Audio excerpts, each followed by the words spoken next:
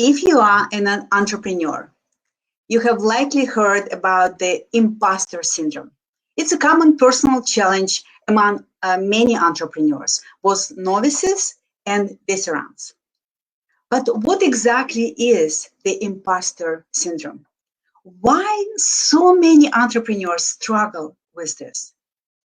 How you can detect and, more importantly, conquer it so it doesn't keep you anxious or paralyzed, so it doesn't keep you from expanding into your full potential as an entrepreneur. That's exactly what we're going to talk about today: how to conquer the imposter within and how to speak up with confidence. Grow your wealth, live on your terms. Hello, powerful people. Hi there. Welcome to the Conversations with Experts, the show that connects you with experts in different areas of life. Our intention is to help you be your best self and create your best life. I'm Millen Livis, the host of the show and holistic financial independence mentor. This time I emphasize word holistic because that's how I roll. Here's the thing. There are two kinds of people in the world: those who spend their whole lives working just to make money, just to make ends meet, and those who enjoy the freedom in their lives because they figured out how to make their money work for them. If you don't want to worry about money when you are in your 60s, 70s, or 80s, then start planning your way to financial independence now. So go ahead and download the Wealth Planner for free. Let me give you the link right here. Download this Wealth Planner and work your way through it right away. And you know what? If you want real-time support, join my free Facebook group, Wealth Building for Powerful Women. And here's the link to join that group. All right. Now, let's move on to our topic today, which is how to conquer the imposter within and speak up with confidence. And my fabulous guest today is Janelle Anderson. Welcome, Janelle. Welcome, welcome, welcome. Thank you so much. I'm so excited to be here. All right. So there are so many things that I would like to share about you, but let me start with a formal introduction. So Janelle Anderson is a professional certified coach, published author, speaker, and podcast host. As a confidence coach, she helps women business owners create fearless confidence in who they are and what they do so they can powerfully speak up and stand out in the marketplace, which is very important these days. She uses her highly effective STAR process to help women uproot the imposter stories that hold them back so they can freely embrace their immense value and reclaim their power. Janelle hosts her own podcast called Women Emerging Fearlessly, and she is also a published author of two books, Come Into My Garden, love the name, and her new book, Take Center Stage, Be the Star of Your Own Story. Welcome again, Janelle. Thank you so much for taking time to talk to me today. Thank you. Thank you for having me. I'm excited to be here. So, Janelle, as I said, I have a lot of questions because, gosh, I met so many women who experience the imposter syndrome.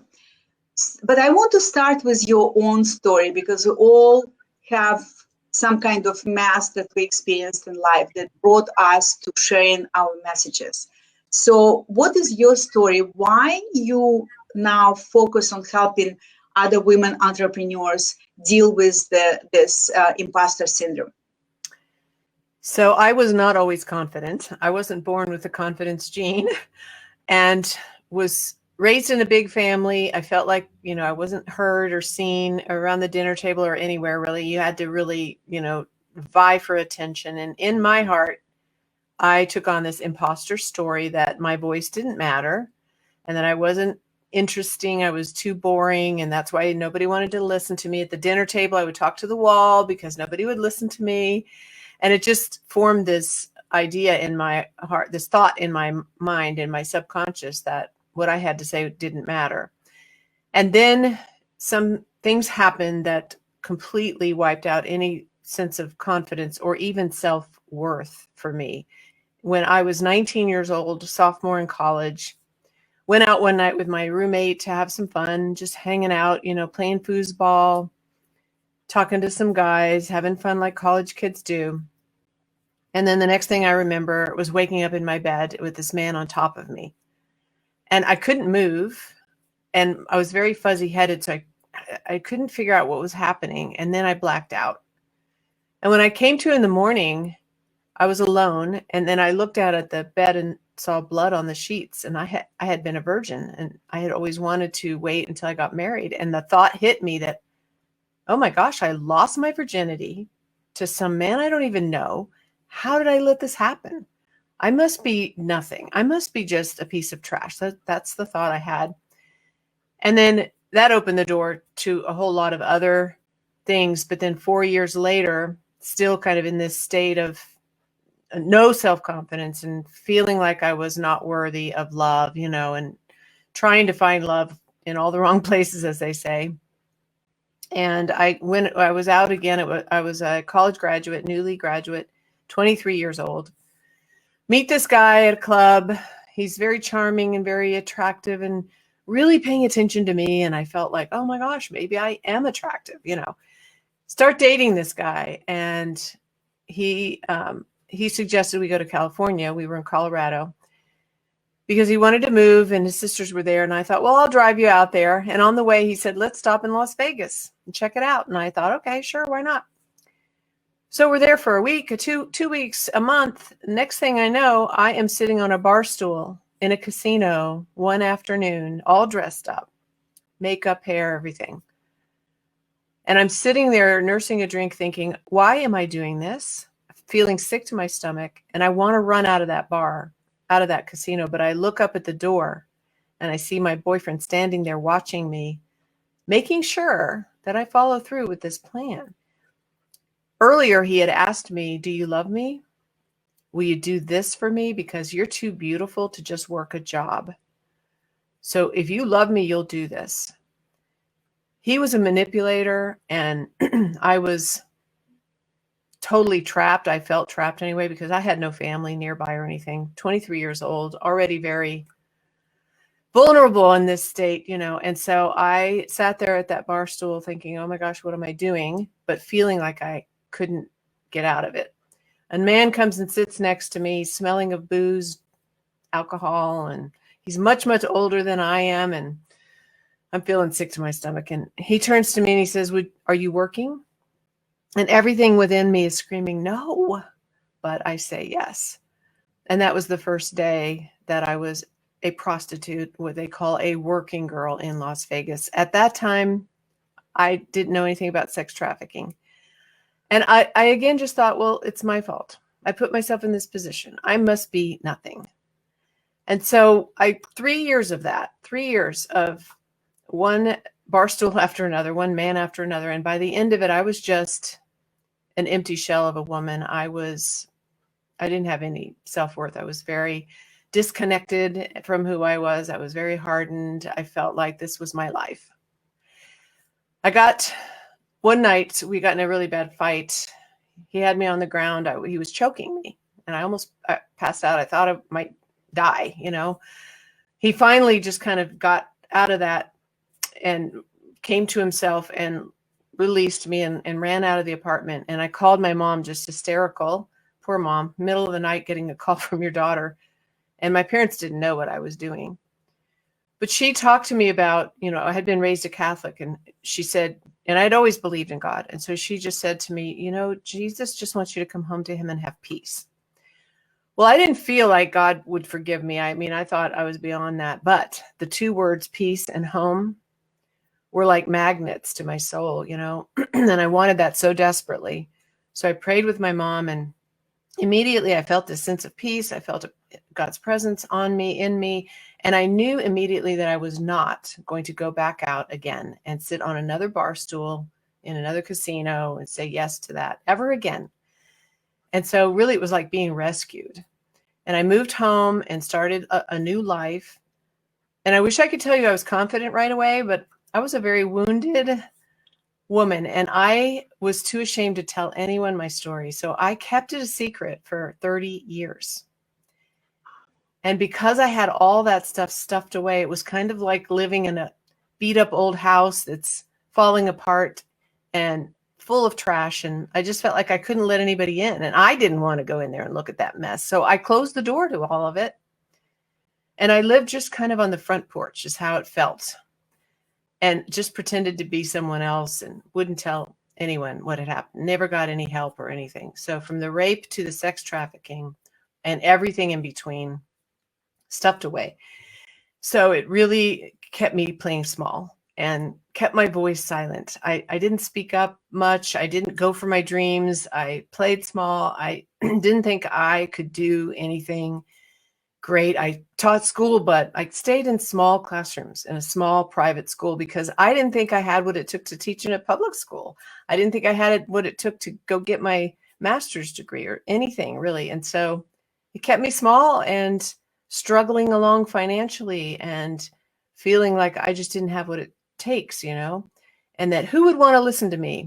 Well, 30 years later, I'm in my mid 50s and I'm feeling this, when you get in your midlife years, it's like there's got to be something more, to life. And I was feeling that. And there was this tug of war going on inside of me because I had started to really pray about, well, what do I want to do with my life? What do I want to what's the purpose, for the rest of my life? And how can I give back? And there's got to be something more for me. And I'm sitting in a room at a women's retreat, sitting on the floor with my back up against the wall, literally feeling like I had my back up against the wall, struggling like, oh, I know there's more for me. And I feel like I should be in front of the room speaking. I feel like I should be a leader. But who am I to do that? Why would anybody want to listen to me? So this is going on inside of me. And I look down at my Bible open in my lap and this verse just like pops out at me. And it was like it showed up right in front of my face. I heard the words, stop shrinking back in fear. I haven't given you a spirit of fear. I've given you a spirit of love and power and a sound mind. That was the scripture. And I was like, oh, I have a choice. Like I could keep shrinking back and playing small, or I could step into this place of power and love for myself. And I knew that was a moment. It was one of those moments, like a line drawn in the sand, like this is it, And I made a decision. As scared as I was, I made a decision that I was going to step into that power and go for it. And so I did from that point on. And I knew for me to do those things I felt led to do, I knew I should be leading and teaching and speaking. But I also knew that I was going to have to go back into that house and clean up all that trash because it was holding me back. So I did that. I spent several years cleaning it up and getting some help, intense, counseling and just processing through all that stuff that had happened so many years.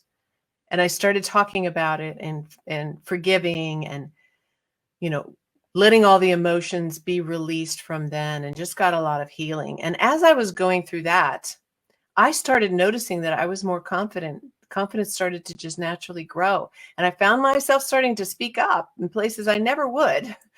And it got freer and freer and freer until I came to this place that I felt like, I feel like I'm at home. I feel like I've come home to me.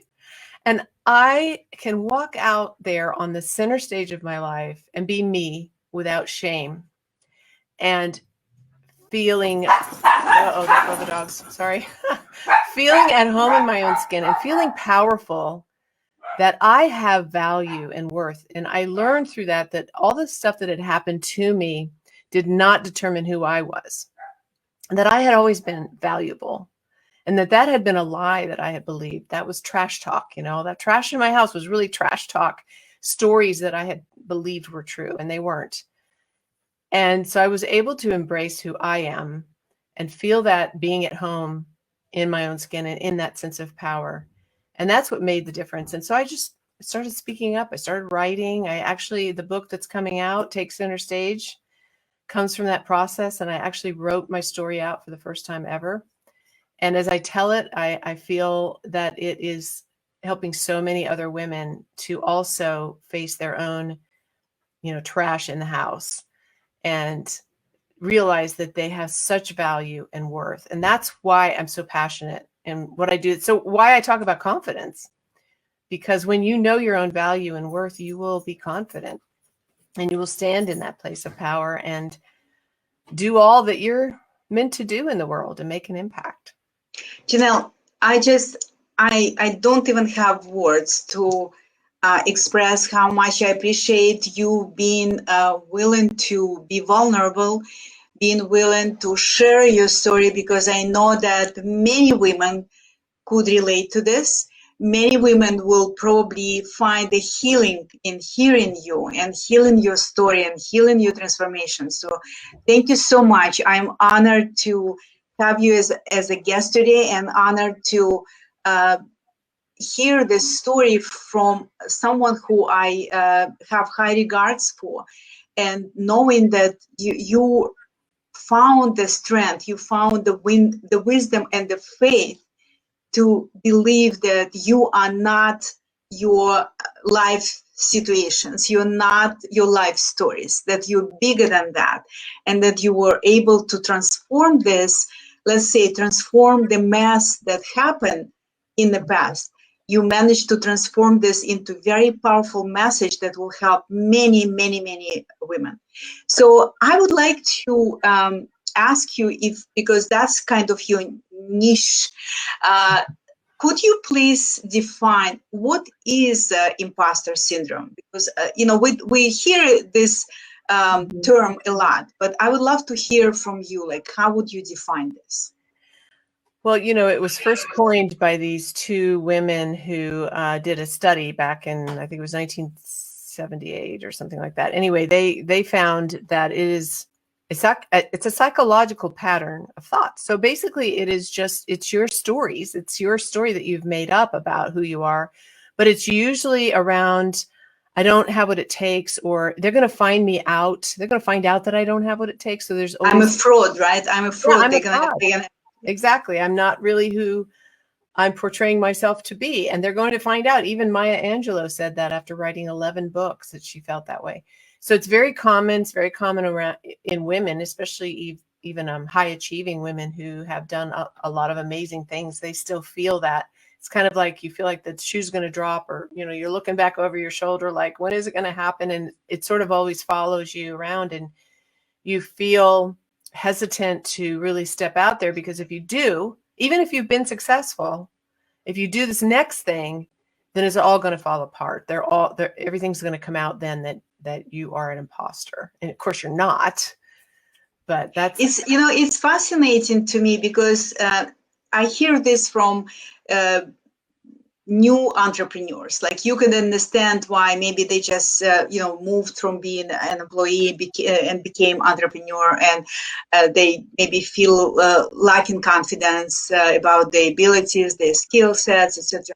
But I also know that a lot of very successful entrepreneurs, for the most part women, like, for some reason it's very prevalent among women, feel this as well. It's like new level, new devil, like one of my coaches says, right? It's like they also experience this. It's fascinating. Yeah, it is fascinating when you look at all the success they've had. They're making really good money, and they've moved up in their company. They're high ranking, or maybe they have success in business, and you wonder, how could they ever doubt that? But they do. And it really is, it's an inner thing. It has nothing to do with the outward accomplishments or achievements. Obviously, it's something inside of them. And that's why I talk a lot about fearless confidence. I talk a lot about inner confidence, that you've got to build it from within, that you actually are the creator of your own confidence. And confidence means to trust. It comes from the Latin word fidere. So it's trusting you. It's believing in you. And as you heard from my story, I didn't have any belief in me. And so that gave my power away to whoever came along to tell me, oh, you're so beautiful, you're worth doing this, would you do this for me? Or whatever they wanted, I would do, because I was looking for that validation that I had worth and value from somebody outside of me, or from something I did. Like if I won an award or got a promotion, oh, that validated me. But it only lasts for so long, because then something else, let's say you have a lot of confidence in playing piano, but then you don't have any confidence in getting up in front of a room and speaking, because your confidence was based on your performance and playing the piano. Your external experiences. Every time when we place our self-love or self-approval onto certain external circumstances or people outside of us, we can never feel whole, because we always depend on this external validation, and we create this map of reality where we are not enough, right? Exactly. And that's, I think, that's at the center of this. It's at the very center. I'm not enough. I'm not good enough. I don't deserve this, etc., etc. And that's like, that's why I love to work with women, because it's just, I don't think that many men feel that way. Let's just put it frankly, right? Right. So, thank you so much for defining this for us. So can you give us maybe a couple of tips, 2-3 tips, where women who actually detect that they experience this imposter syndrome, where can they start? What can they do, like right away? Any tips that you could share today? Sure. One of the exercises that I give my students and clients is called I call it the confidence gene creator. So you create your own confidence gene, and it's really based on owning your accomplishments, because women have trouble doing that. We think that we're bragging and boasting, and we don't talk about our accomplishments. If we do, it's sort of discounted, or, oh, well, that was nothing. So you can go through your entire life and do this and make like a whole book out of it, or just think of the last 3 to 5 accomplishments, maybe in the last few years, but write down your accomplishments. And they don't have to be some huge thing in the world's eyes. It could just be something that you feel proud that you did. You overcame something that was difficult for you. Write it down, write it in detail. Sometimes when I give this exercise out, women will be very general and kind of broad and just say, oh, well, I did this. But I want to know details. Like, how did you do it? How hard was it for you? What obstacles did you have to overcome? What were you thinking when you were doing it? What in you enabled you to get that done? What were your particular strengths or talents or skills or expertise that help you to actually accomplish that? Write it all out. And then not just write it down, but say it out loud. And even go to a mirror and look at yourself in the mirror and say, this is what you did. And say all the details, list them all out as if you were giving a friend that compliment and that high five. Give that to yourself. Speak it over yourself. And then you have heard yourself own your accomplishments with your own voice. You've got all this evidence written down that, hey, I did this and I did this and I did that. And then I would challenge you to record yourself saying it and playing it back so you can hear yourself talking about your own accomplishments.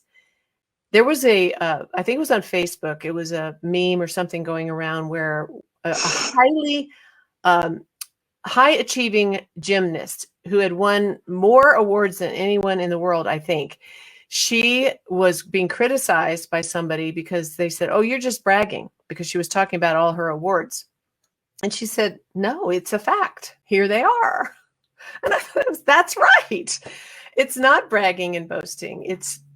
Men don't have trouble with that. They're happy to tell you what they've accomplished. And there's nothing wrong with that. When it gets into bragging and boasting is when you think you're better than other people. But most women don't have that problem. So that's true. So when I have had women do this exercise, it's like the most amazing thing. Their faces light up and they're like, I did this. And I have them just sit with it and own it and and celebrate it. Don't just breeze past it. And so the more that you do that, that starts to build your confidence in your expertise and credibility. That's part of the imposter syndrome, is that women feel like, I don't have credibility. Who am I? But you do have that. And look what you've done, and look at who you are. Look at how great you really are. So that's one exercise you can try. That's gold, and I think that it's a very powerful exercise. And thank you so much for sharing this. Yeah. I always remind myself and my clients that the most important relationship we all have is relationship with ourselves. That's right. And we actually teach other people how to treat us by the way we treat ourselves, by the way we feel about ourselves. So if you really love yourself and respect yourself and honor your skills, your accomplishments, your abilities, your kindness, like everything that you like, as well as things that you feel that you don't like about yourself.